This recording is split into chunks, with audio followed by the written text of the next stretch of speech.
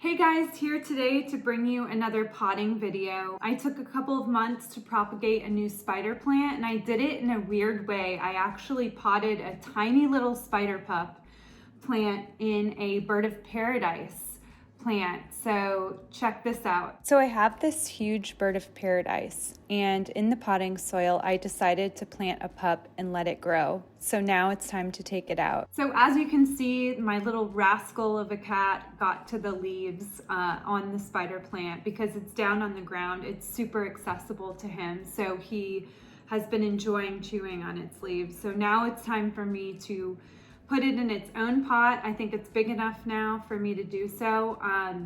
So I'm gonna put it in this cute little planter that I got and put it up on a shelf, a bookshelf somewhere where my cat can't get to it. So I just took the spider plant out of the bird of paradise pot, and look at these roots. These are some of the roots that grew down into that pot. So what I did to get this out of the other pot was I just gently dug around where it was sitting in the soil to where I could sort of feel where the roots were. I gently removed it from the soil, and it was pretty easy to pull out of there. That's what she said. Also, you can tell on the leaves here that my cat has pretty much ruined some of these leaves. I'm just gonna leave them be and see how it grows out. Now I'm going to pot this into this planter.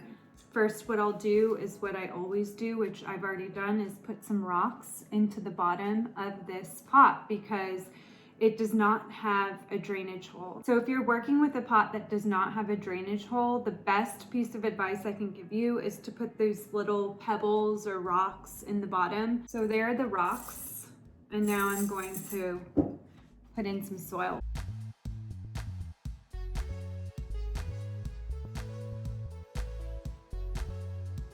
So I'm just patting the soil down gently here, and that's just to pack it in. You don't have to pat it down too much. So now I've put dirt in about 3/4 of the way. You can kind of see here, it comes up to this little chick's eyelashes. So now I'm gonna put this spider plant in. I think that would be perfect because what I want to do is submerge the roots in the soil. What I'll do is fill in some dirt around it now.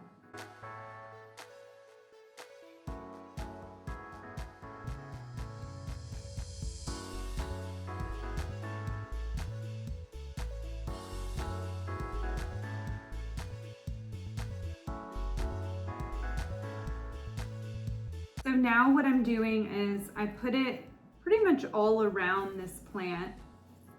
And that's probably the toughest part, is like keeping it upright while you fill in dirt. But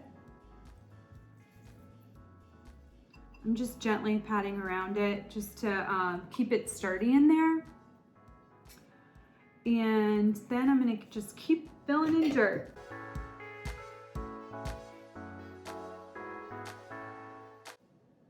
Voila, she has hair. And it's in the form of a spider plant.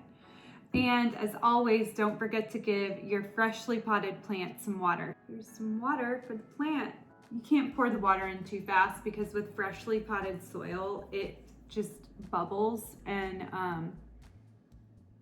sort of sets and packs down still. So just be careful as you give it some water. I'm just giving it quite a bit because I hadn't watered it last week. That's a potted spider plant.